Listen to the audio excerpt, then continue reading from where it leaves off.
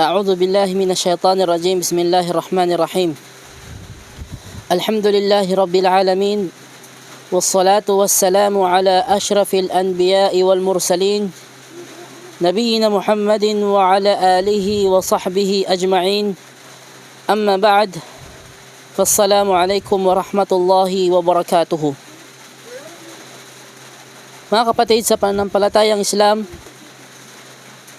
ito po ang ating pangatlong pag-aaral sa ating programa na pagpapaunlad ng kakayahan ng mga mangangaral sa Islam.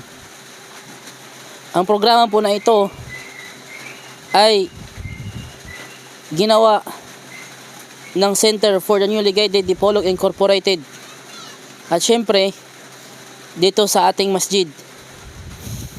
At isa sa mga dahilan kung bakit ginawa natin ang programang ito upang matuto ng da'wah ang mga kapatid nating gustong mapabilang sa hanay ng mga nagdada'wah sa Islam. At ito rin ay review ng mga nagkaroon na ng karanasan ng da'wah. Ngayong araw na ito mga kapatid, ang ating paksa ay tungkol sa mga mahalagang katangian na dapat taglayin ng isang da'iyah. Hindi lingid sa inyong kaalaman na ang ating paksa sa da'wah ay ang Islam. At syempre, ang pinakamahalaga na dapat nating ipahayag sa mga tao na itinuro ng Islam, wala iba kundi ang tauhid, ang kaisahan ng pagsamba sa Allah. Sapagat ang ating da'wah ay nakasentro sa paggawa ng mga tao na sila ay sumamba sa Allah. Ibig sabihin, gagawin natin ang mga tao na sumamba sila sa Allah. Yun yung pinaka-mission natin sa da'wah. Ibig sabihin, kung merong magtanong bakit tayo nagdada'wah, ang ating sasagot ay ginagawa natin ang mga tao na sambahin nila ang Allah. Bakit? Kasi yun ang pinakadahilan kung bakit tayo nilikha ng Allah. Kumbaga, tinutulungan natin yung mga tao na gampanan nila kung ano yung dahilan kung bakit sila nandito sa mundo. Kawang-gawa natin sa kanila upang makilala nila kung sino ang lumikha sa kanila at sambahin nila ito. Ito ang pinaka-mission natin sa da'wah.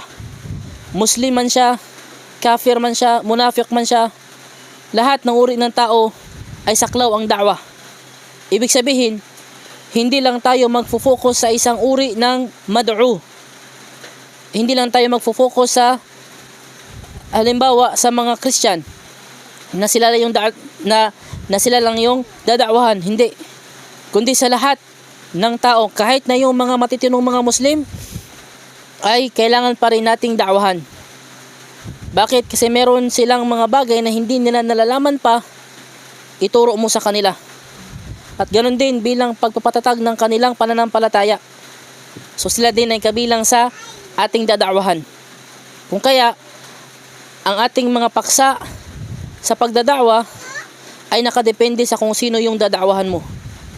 Kung halimbawa, ang iyong dada'wahan ay mga Kristiyano, ang paksa mo sa da'wa mo, una, patungkol sa tauhid, pangalawa, patungkol kay Jesus. Kung ang iyong dinada'wahan naman ay ang mga Muslim na, syempre una ang pagsamba sa Allah, tauhid, pangalawa, yung kahalagahan ng pagiging Muslim para sila ay maging matatag sa Islam. Sa araw na ito mga kapatid, ang ating itatalakay sa training na ito ay ang mga mahalagang katangian ng isang da'iyah. Para sa inyong kaalaman, mayroong isang 4 na katangian na dapat taglayin ng isang da'iyah. 4. Kung itong 4 na ito ay gawing ugali ng isang da'iyah, isang nag-aanyaya sa landas ng Allah, inshallah, magiging matagumpay ang kanyang da'wah. Subalit, hindi ibig sabihin na 4 lang, kundi marami pang iba na mga katangian. Pero ang ating ifo-focus sa lecture na ito ay 4 lamang at doon tayo magpapakalalim insyaallah ta'ala. Ang 4 na katangian na ito tinuro sa atin ng ating mga ulama na dapat taglayin ng isang da'iya upang maging matagumpay ang kanyang da'wah. At hindi pwedeng iwanan niyang isa sa 4 na ito. Ano itong 4? Pakinggan nyo mga kapatid at isaulo ninyo. Ang unang katangian na dapat taglayin ng isang da'iya, annahu la budda ay yakuna aliman. Nararapat sa isang da'iya na siya ay may alam sa Islam. Bakit? Dahil hindi pwedeng magda'wa siya ng isang bagay na hindi niya nalalaman. Hindi pwedeng magturo siya sa mga tao ng bagay na hindi niya nalalaman. Faqidu syai la yu'ti. Ang isang taong hindi nagtataglay ng isang bagay ay hindi kailanman magbibigay nito. Kung gusto mong magpainom ng tubig sa mga tao, kailangan mayroon kang tubig. Kung gusto mong magpakain sa mga tao, kailangan mayroon kang pagkain. Kung gusto mong magturo ng kaalaman sa mga tao, dapat mayroon ka ring kaalaman. Yun yung pinakauna doon. At inutos ito ng Allah subhanahu wa ta'ala kay Propeta Muhammad sallallahu alaihi wasallam sa kanyang pagdada'wa. Kanyang sinabi, "Qul hadhihi sabili ad'u ila Allah ala basiratin ana wa man ittaba'ani." Sabi ng Allah subhanahu wa ta'ala, sabihin mo Muhammad, ito ang aking landas na ako ay mag-aanyaya sa landas ng Allah ng may kaalaman. Ana, ako, wa man ittaba'ani, at kung sino man ang sumunod sa akin. Ibig sabihin, ang landas na yon, ang landas ng pagdada'wa na may kaalaman, ay landas ng ating mahal na propeta Muhammad sallallahu alaihi wasallam at ng kanyang mga sahaba at mga tabi'in at mga tabaw tabi'in. Yung mga salafus salih, yung mga salaf. Kaya kung ikaw ay tunay na isang salaf o salafi, na sinusunod mo, tinatahak mo ang landas ng mga salaf, ay kailangan magda'wa ka na mayroon kang kaalaman sa Islam. At binanggit ng mga ulama na sino man ang magdada'wa na walang kaalaman sa Islam, yufsidu akthara mimma yuslih, siya ay makakapinsala ng mas madami pa kaysa kanyang aayusin. Bakit?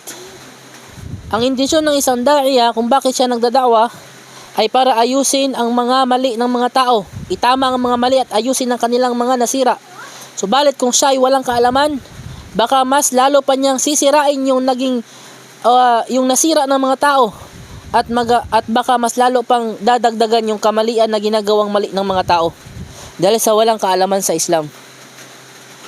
Kaya mga kapatid sa Islam, hinihikayat ko ang bawat isa na gustong tahakin ang landas ng da'wah, dapat muna tayong mag-aral. At ang pag-aaral sa Islam ay napakalawak. Ibig sabihin, napakaraming landas ng pag-aaral. Hindi lang isang paraan ng pag-aaral. Hindi lang kailangan graduate ka ng Baguio bago ka magda'wa, hindi. Napakaraming paraan ng pag-aaral. Merong pag-aaral na makinig ka ng mga sheikh sa masjid. Merong mga lecture sa loob ng masjid. Makinig ka at mag-aral ka sa kanila. Yung mga mapagkakatiwala ang mga ulama na may tamang akida. Akida ng Ahlus Sunnati wal Jamaah. Ganon din kabilang sa kaalaman ay yung makinig ka ng mga videos sa YouTube. Manood ka ng mga videos ng mga mapagkakatiwala ang mga ngaral na mga ulama. Halimbawa sa atin, sa Pilipinas, ilan sa mga mapagkakatiwalaan na mga ulama na may mga videos sa YouTube dito sa Pilipinas, halimbawa sila Sheikh Abdurrahman Kadirao, di kaya sila Sheikh Muhammad Ali Granaderos, yung mga nagle-lecture na gamit yung Tagalog na lengguwahe, o di kaya si Sheikh Abdul Rashid Angeles, at marami pang iba. Halimbawa nila Sheikh Abdul Jabbar Montanier at iba pa na mga ulama na nagdada'wa sa social media. Pwede kang mag-aral sa kanila. Pwede kang matuto sa kanila ng kaalaman ng Islam, at kung ano yung natutunan mo sa kanila ay iyon yung baon mo sa pagdada'wa. Allahu Akbar. Kabilang din sa pwede mong kunan ng kaalaman sa pagdada'wa ay sina Sheikh Omar Peñalver. Napakabihasa niya sa pagdada'wa sa mga hindi Muslim. Kung meron kang pagkakataon na puntahan siya at matuto sa kanya kung paano magda'wa sa mga hindi Muslim, ay gawin mo. Marami kang matutunan sa kanya. So yun mga kapatid, hindi pwedeng basta-basta ka na lang papasok sa maidan ng da'wa, sa field ng da'wa, sa battlefield, kung wala kang dalang sandata ng kaalaman.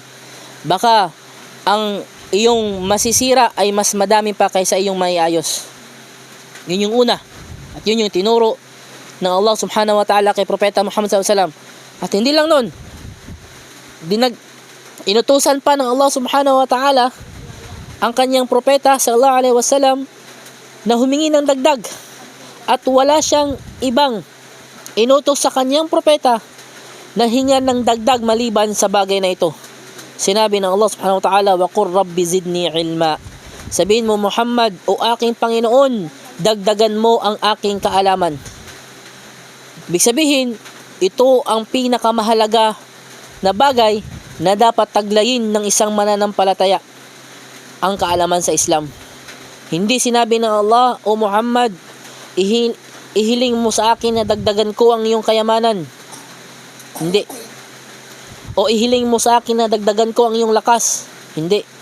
Kundi, ang ipinahiling ng Allah kay Propeta Muhammad sallallahu alaihi wasallam, ang kaalaman.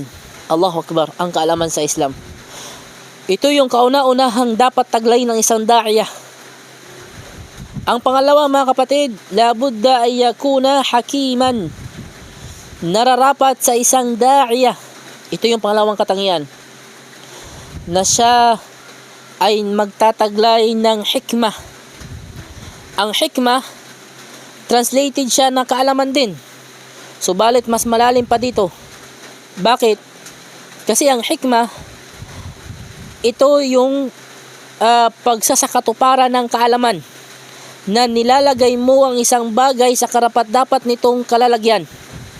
Kaya ang salungat ng hikmah sa Arabic ay dhulm, o ang hindi makatarungan. Bakit? Kasi sa dhulm, inilalagay mo ang isang bagay sa hindi dapat kalalagyan. Yun yung dhulm. Ang salungat nito na dapat taglay ng isang da'iya, al-hikmah. Nararapat na siya ay hakim. Ibig sabihin, alam niya ang kanyang ginagawa. At alam niya kung paano ito gawin. At alam niya kung kailan ito gawin. At alam niya kung kanino niya ito gagawin. Allahu Akbar. Nararapat yun sa isang da'iya mga kapatid. Ibig sabihin, kung siya ay nagkaroon ng kaalaman sa Islam at siya ay papasok na sa da'wa, dapat alam niya ang kanyang gagawin. Hindi pwede yung basta-basta lang siyang gagawa ng isang bagay na umaasa siya sa kanyang kaalaman na natutunan. Hindi. Dapat mayroon siyang hikmah. Mayroon siyang hikmah. Isa sa mga halimbawa ng hikmah mga kapatid na itinuro sa atin ni Propeta Muhammad sallallahu alaihi wasallam, nung panahon na siya ay nagle-lecture sa masjid sa harap ng kanyang mga sahaba, may isang pumasok na binata at sa medyo may kalayuan nagsalita ang binata, "Ya Rasulullah, usugo ng Allah." Napalingon yung mga tao sa kanya. Ano ang sabi ng binata? "Ya Rasulullah, i'dhan li bizina." Ya Rasulullah, pahintulutan mo akong mangalunya. A'udzu billah. Ang mga sahaba ay nagalit at napansin ng Propeta Muhammad sallallahu alaihi wasallam ang kanilang galit. Kasi parang bastos yung binata na yon. At sa harapan pa mismo ng maraming tao. At sa harapan pa mismo ng Propeta Muhammad sallallahu alaihi wasallam. Walang galang. Ngayon, ang ginawa ng Propeta Muhammad sallallahu alaihi wasallam, dahil mayroon siyang hikmah, pinigilan niya ang kanyang mga sahaba. Hayaan niyo siya. At ginawa ng Propeta Muhammad sallallahu alaihi wasallam, tinawag niya ang kanyang yung binata na yon, tinawag niya, "Udunu, lumapit ka sa akin." Udunu, lumapit ka sa akin. Nung lumapit na yung bata na yon, kinausap siya ng mahinahon ni Propeta Muhammad sallallahu alaihi wasallam. Imbis na siya ay pagalitan, wala kang galang, hindi nararapat ang ganyang katanong. Hindi. Kinausap siya ng maayos ng mahal na Propeta Muhammad sallallahu alaihi wasallam. Sinabi niya sa binata na yon, "O binata, yung hinihiling mo sa akin, gusto mo bang mangyari yun sa iyong nanay? Halimbawa, mayroong isang taong gagawa nun sa iyong nanay. Sabi ng binata, la wallahi ya Rasulullah. Hindi, sumpaman sa Allah, hindi ko gusto ya Rasulullah. Sabi ng Propeta Muhammad, gusto mo bang mangyari yun sa iyong kapatid? Merong mga lunya sa kanya? Sabi ng binata, hindi ya Rasulullah, ayaw ko. Gusto mo bang mangyari yun sa iyong tita? Hindi ya Rasulullah, ayaw ko. Sabi ng Nabi sallam, ganun din yung mga tao. Ayaw nila na gawin mo yun sa kanilang nanay, sa kanilang kapatid, sa kanilang tita. Allahu Akbar. Sa ganung pamamaraan ng da'wa ni Propeta Muhammad sallallahu alaihi wasallam, nagising yung bata, yung binata sa katotohanan. At siya ay ora mismong nagbalik loob kay Allah at nagsabi, ya Rasulullah, ud'u Allah ay yutahhirani. Sabi ng binata binata ya Rasulullah, idua mo sa Allah, ipanalangin mo sa Allah, nalinisin niya ako. Allahu Akbar. Hinawakan ng Nabi sallallahu alaihi wasallam ang kanyang balikat at sinabi niya, Allahumma tahhir qalbahu wa hassin farjahu. Sabi ng Nabi sallallahu alaihi wasallam, ya Allah, linisin mo ang kanyang puso at pangalagaan mo ang kanyang puri. Simula nun mga kapatid, ang binata na yun ay hindi na siya tumitingin sa mga babae. Hanggang sa dumating ang punto na kapag siya ay maglalakad sa kalsada at may masalubong na babae, ay binababa niya ang kanyang paningin at umiiwas. Allahu Akbar. Tingnan niyo yung resulta mga kapatid, nang dahil sa hikmah na taglay ng Propeta Muhammad sallallahu alaihi wasallam, nagkaroon ng magandang resulta ang kanyang da'wah. Allahu Akbar. Allahu Akbar. Isa pa sa mga halimbawa ng hikmah ni Propeta Muhammad sallallahu alaihi wasallam, nang may isang Arabi, isang Arabong taga-disyerto, yung mga Arabo mga kapatid na nakatira sa disyerto, ang kahalintulad nila sa atin ay mga taga-bundok, ibig sabihin mga walang pinag-aralan. Minsan yung kanilang pag-uugali magaspang, sapagkat hindi nila natutunan yung mga magagandang asal na itinuro sa mga eskwelahan, sapagkat minsan yung iba sa kanila hindi nakapag-aral talaga. So yung Arabi na yun, pumasok sa masjid, gusto niyang tingnan ang Propeta Muhammad sallallahu alaihi wasallam at ang mga sahaba. So nakita niya na ang Propeta Muhammad sallallahu alaihi wasallam ay nandun sa masjid, nagtuturo sa mga sahaba. Nung siya ay nakaramdam ng pagkaihi, pumunta siya sa gilid mismo ng masjid, sa loob. Allahu Akbar. At umihi. Subhanallah. Nung napansin ito ng mga sahaba, ay agad-agad silang tumayo at hahablutin na sana nila yung lalaki at tutulak palabas ng masjid. Subalit pinigilan sila ng Propeta Muhammad SAW at sinabi niya, hintayin niyo munang matapos siya. Subhanallah. At nung natapos na yung Arabi na yun, yung Arabo na Badu na taga-bundok na umihi sa loob ng masjid, mismo ang Propeta Muhammad sallallahu alaihi wasallam ang lumapit sa kanya at sinabihan siya, alam ko na ikaw ay taga-bundok, subalit itong masjid ay hindi itinayo para sa ganyang bagay. Ibig sabihin para ihian. Ang masjid ay itinayo para sa pagsamba sa Allah, sa pag-alaala sa Allah, sa pagbabasa ng Quran. Hindi sa ganyang bagay. Kaya sana huwag mo nang ulitin yan. Nagulat ang Badu na yun, yung Arabi. Nagulat siya sa ganda ng pakitungo sa kanya ng Propeta Muhammad sallallahu alaihi wasallam. Hanggang sa yung pakitungo na yun ni Propeta Muhammad sallallahu alaihi wasallam na nakita ng Arabi na yun mismo sa kanyang harapan, ay nabuksan ang kanyang puso sa pananampalatayang Islam. Allahu Akbar. At nagsyahada siya mismo sa oras na yun at sa lugar na yun. At kanyang sinabi, Allahumma gfirli wali Muhammad. Sabi niya, humingi siya ng kapatawaran kay Allah. Ya Allah, patawarin mo ako. Umihi ako sa iyong masjid. Patawarin mo ako at ganoon din si Muhammad, wala taghfir li ahadin ghayrana. At huwag mong patawarin ng iba sa amin. Yung tinutukoy niya yung mga sahabang nandun sa gilid, naggalit na gusto nilang dakmain yung umihi. Allahu Akbar. Subhanallah. Hindi siya nagdua para doon sa kanila, kundi para lang sa kanyang sarili at kay Propeta Muhammad sallallahu alaihi wasallam. Yung punto doon mga kapatid, yung hikmah na ginawa ni Propeta Muhammad sallallahu alaihi wasallam ay nagkaroon ng magandang resulta. Allahu Akbar. Yun ay nararapat sa isang da'iya na ilagay niya ang mga bagay sa tamang kalalagyan. Hindi yung basta-basta lang siya susugod. Hindi lang basta-basta lang siya aatake. Halimbawa ng bagay na walang hikmah, halimbawa yung isang taong dadakwahan mo kumakain, tapos ipapaliwanag mo sa kanya ang Islam habang siya ay kumakain. Hindi yun nararapat kasi hindi bagay. Wala sa hikmah, wala sa hulog yun. Hindi siya makafocus sa mga mensaheng ibibigay mo sa kanya dahil siya ay kumakain. Allahu Akbar. Wala sa hikmah. O di kaya siya ay nanonood ng TV, tapos tabihan mo siya, biglang mo siyang tabihan at kakausapin tungkol sa Islam.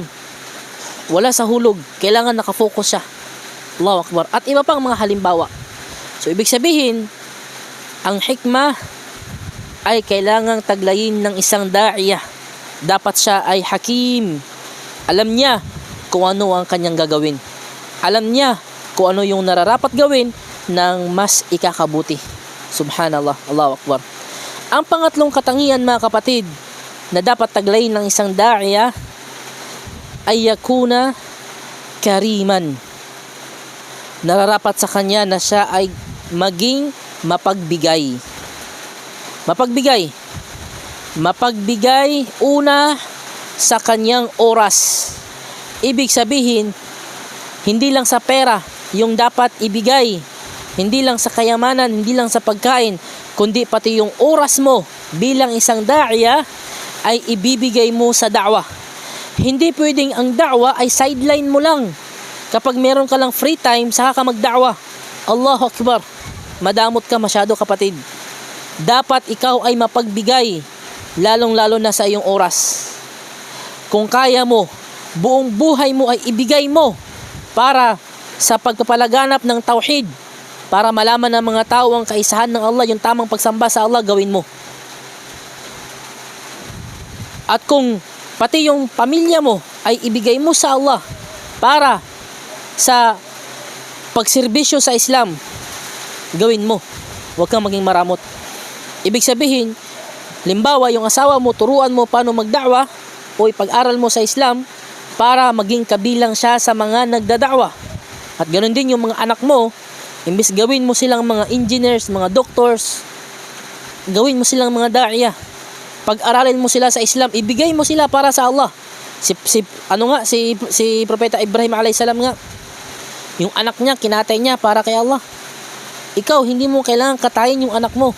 Ang kailangan mo lang, suportaan yung anak mo na mag-aral sa Islam para balang araw, siya ay maging kabilang sa hanay ng mga nagtuturo ng kabutihan. Kabilang sa hanay ng mga nagdada'wa.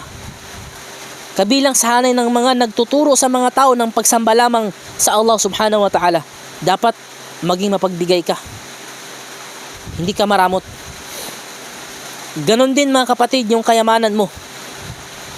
Kung halimbawa, mayroon kang pera na ibibili mo ng ulam, subalit nagkataon na kailangan ng da'wa yung pera mo, kung kaya mo, isakripisyo mo na lang yung ulam mo at gamitin mo sa da'wa yung pera na yon. Allahu Akbar. Hindi mo alam, baka matuwa sa iyo ang Allah at bibigyan ka pa niya ng masarap na ulam. Nakapagda'wa ka pa. Allahu Akbar. Subok yun mga kapatid, na ikaw ay magsasakripisyo ng mga bagay na natatangi lang sa iyo, special lang sa iyo, khas lang sa iyo, special lang sa iyo, pero sinakripisyo mo para magamit sa landas ng Allah subhanahu wa ta'ala. Sinakripisyo mo para magamit sa da'wah, para sambahin ng mga tao ang Allah subhanahu wa ta'ala.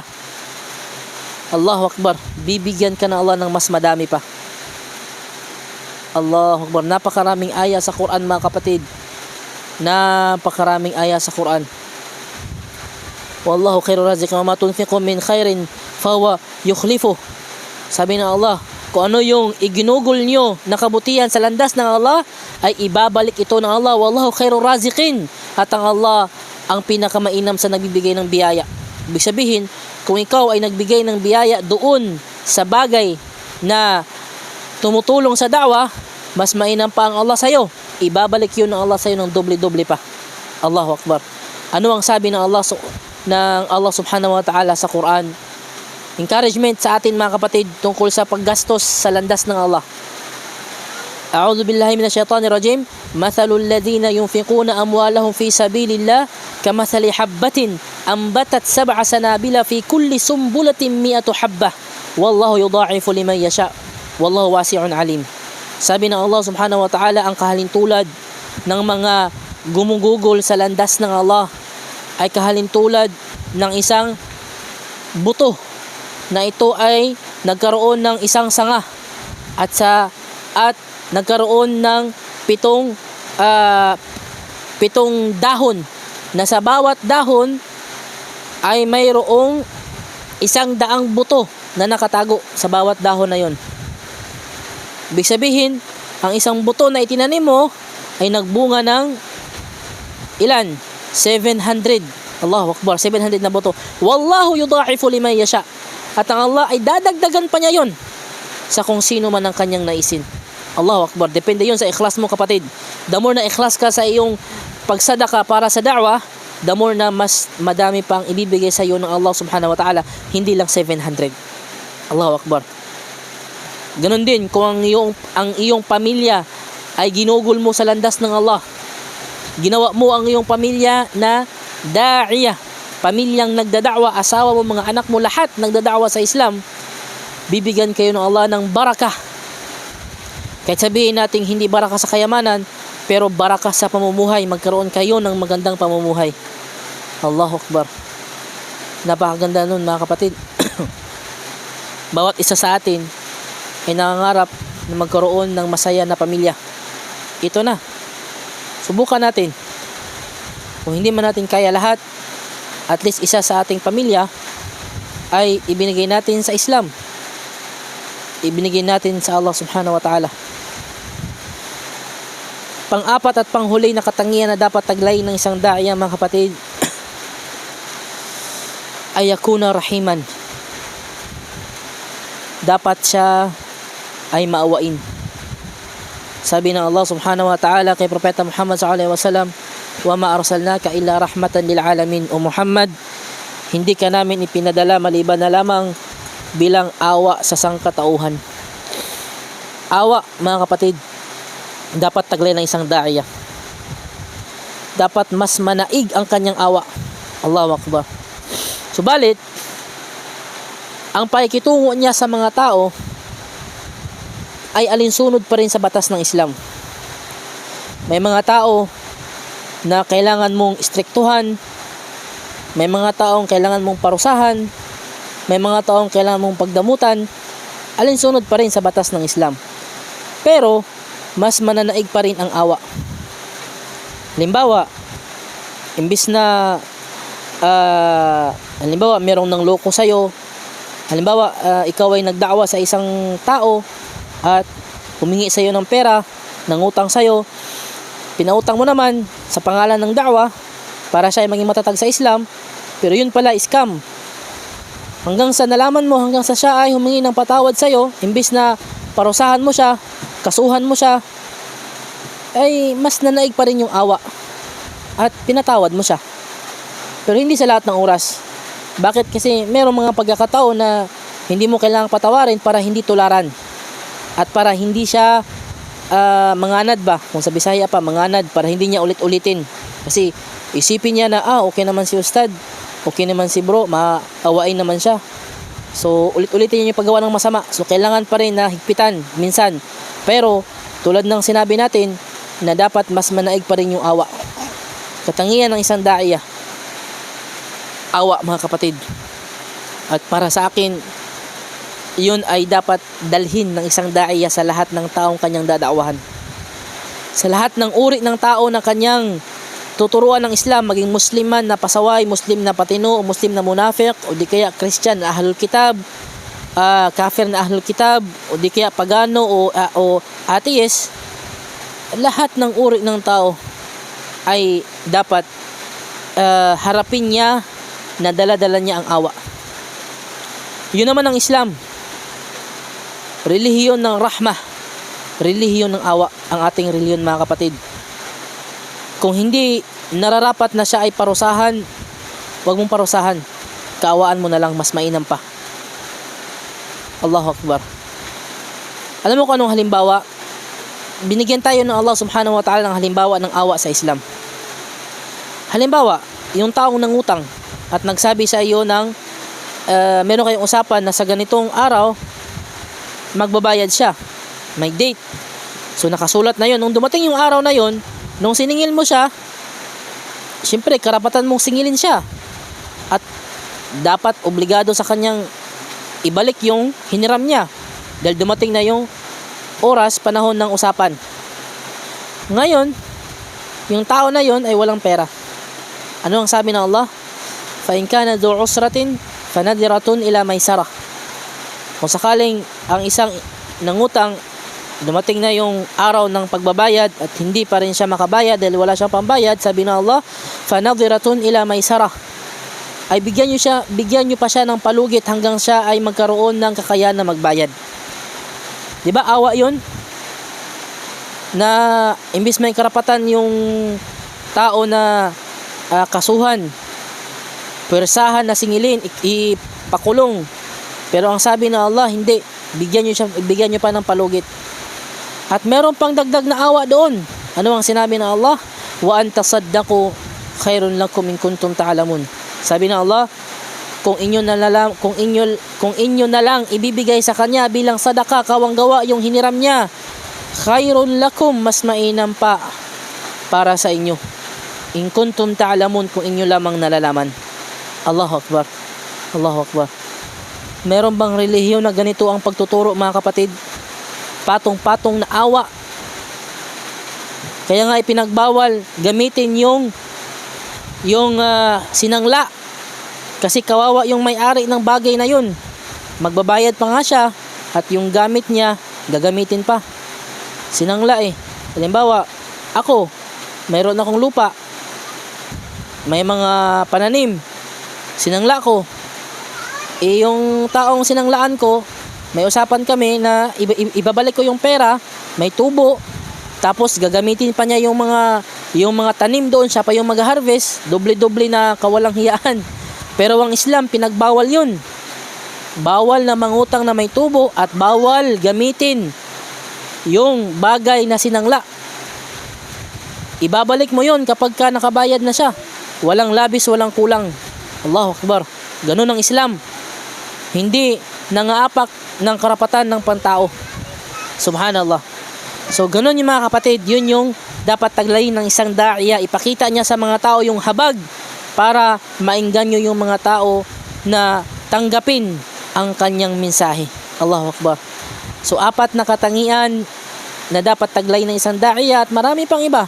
Subalit ito yung nakikita ko na huwag nating kaligtaan. Ang una ay yakuna aliman, nararapat na siya ay may alam sa Islam.